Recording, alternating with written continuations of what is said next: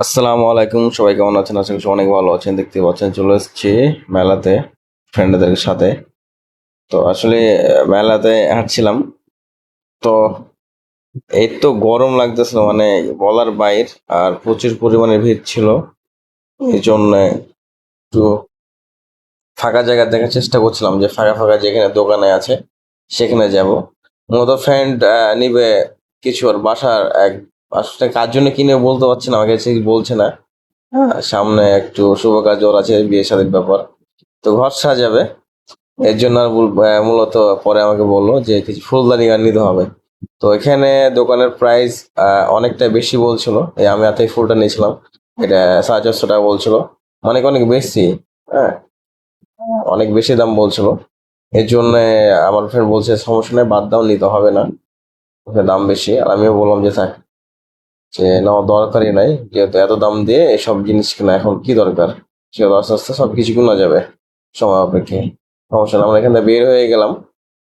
আমরা ওই সামনেটার দিকটা দেখি, আরো অনেক দোকান আছে, অনেক দোকান থেকে নিতে হবে, একটা দোকান নাই।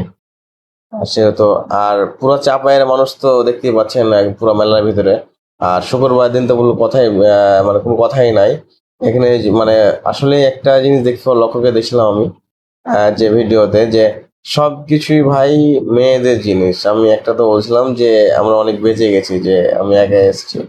সরি, ভিডিওটা দেখলে হয়তো গিন্নি মনে করবো যে খুব ভালো। হ্যাঁ, তো এখানে কোনো মেয়েদের জিনিস নাই বললেই চলে। মানে কোনো ছেলের জিনিস আসলে নাই, সব মেয়েদের জিনিস। আমি এর আগেও বাণিজ্য মেলায় যেটা হয়েছিল, ওটা তো বলেছিলাম যে এত কেন ভাই, ছেলেরা তো আসে, তাই না? ও হয়তো এখন গার্লফ্রেন্ডকে নিয়ে, কার ওয়াইফকে নিয়ে, কোন বন্ধু বান্ধব, মানে ছেলে তো আসতেই হবে। মেয়েরা শুধু আসে তাই না, ছেলেদেরকে সাথে করে কিন্তু মেয়েরা আসে। কিন্তু ছেলেদের এখানে একটা জিনিস না। আর এখানে খুব ভিড় ছিল। এই পাঁচজলটা আমি মেরেছিলাম, কিন্তু পাঁচজলটা আসলে আসলে আমার ভিডিও ফুটেজটা ক্যাপচার হয়নি। আমি 99 ওটা গেছে। আর এখানে ফুলের দোকানে আমার সেম জায়গায় চলে এসেছি, মানে ওর দিল জ্বলে গেছে আর কি, ফুলের তোড়া নিবে, কিন্তু আসলে ফুলের তোড়ার দাম তো ছাড়ছে না রে ভাই। এইটা একটা সমস্যা। এখান থেকে আবার ব্যাগ গেছি, যে দরকার নাই বাবা, ফুল আসলে দেখায় সৌন্দর্য, কিনে হাত দেওয়া যাবে না, এমন এই অবস্থা। মানে আসলে বাণিজ্য মেলায় গেলে হয় কি আসলে এটাই হয়। হ্যাঁ, মূলত তার পিছের কারণ আমি বলি, যেখানে প্রচুর পরিমাণে তাদের দোকানে একটা ভিজিট দেওয়া লাগে দিন প্রতি। এই জন্যই আসলে এই দামটা একটু বেশি ধরে। আর ঘন ঘন গেট গুলো সাজিয়ে রাখছিল, অনেক ভালো লাগছিল আমাকে দেখতে। ভিতরে একটা ক্যান্টিন আছে কফি খাওয়ার জন্য। প্রত্যেকটা গাছে ঝাড়বাতি দেওয়া ছিল। আর এখানে প্রত্যেকটা দেখছেন যে মেয়েদের কালেকশন। তবে আমরা বলবো যে হ্যাঁ, মেয়েদের কালেকশন অনেক সুন্দর সুন্দর ছিল। আসলে গেলে ভাই পকেট খালি হয়ে আসবে বরেদের। এটা মানে 100%, 100% শিওর। হ্যাঁ, মানে কিছু অপছন্দ করে কোনো জিনিস নাই, সব পছন্দই হবে, যেটা দেখবো সেটাই ভালো লাগবে। আচ্ছা, আমরা মজা করছিলাম ফ্রেন্ডরা মিলে, সামনে উঠতেছিল এক বড় ভাই, কিন্তু নিখোঁজ হয়ে গেছে। সামনে ওই যে দাঁড়িয়ে আছে গেঞ্জি পরা, লাস্টে ও বলছে তোরা কই ছিলি। হ্যাঁ, আসলে ওর ফোনে ব্যালেন্স ছিল না যে আমাকে ফোন দিবে।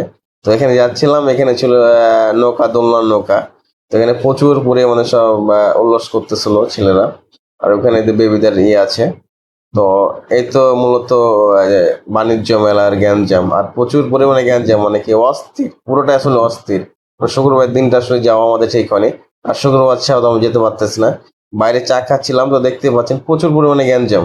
মানে কি বলবো, পুরো ঢাকা শহরে চলে এসেছি। সবাই ভালো থাকবেন।